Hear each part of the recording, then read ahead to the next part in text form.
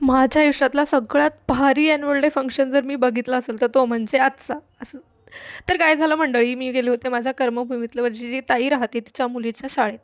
ती आहे 4 वर्षाचीच, पण तिचा होता आज डान्स ॲन्युअल डे फंक्शन. तिचं स्कूलही इतकं भारी, ही सैनिक शाळा आहे. आतमधलं वातावरणही इतकं सुंदर होतं आणि शाळेमध्ये एंट्री केल्याच्यानंतर तर त्यांनी स्वागतही इतकं सुंदर असे बलून वगैरे लावून केलं होतं. तिथली रांगोळी तर खरंच त्यातून काहीतरी संदेश भेटत होता आपल्याला, जे विद्यार्थ्यांनाही कळेल, आई-वडिलांना पण कळेल.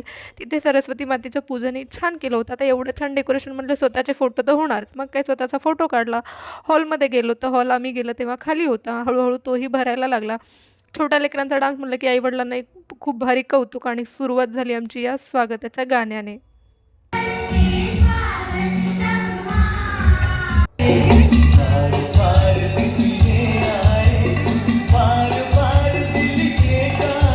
त्यानंतर एकाहून एक असे सुंदर डान्स इथे परफॉर्म होत होते. एक प्रत्येक स्टोरीतून काहीतरी संदेश तिथल्या आई-वडिलांना, तिथल्या विद्यार्थ्यांना जात होता. खरंच तेवढं कौतुक करावं तिथल्या शिक्षकांचं कमीच आहे.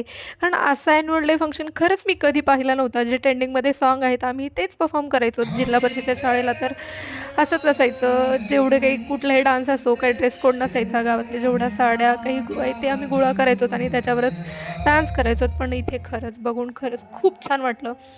सॉन्ग, थीम सगळं काही व्यवस्थित होतं.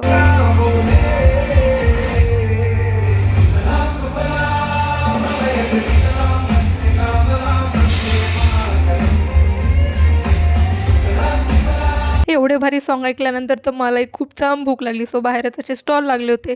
तिथे मी असं थोडंसं भेळ वगैरे, कॉफी वगैरे हे ती घेतली आणि आतमध्ये आले. तर ही आहे माझ्या ताईची मुलगी, जिचा आज डान्स होता, ज्यासाठी आम्ही इथे आलो होतो. ती हाय करत होती. तिचे 1-2 फोटोज क्लिक केले. त्याच्यानंतर हिची मस्ती सुरू झाली. मावशी दिसली की तिची मस्ती अशीच चालू असते आणि शेवट ह्या डान्सने केला.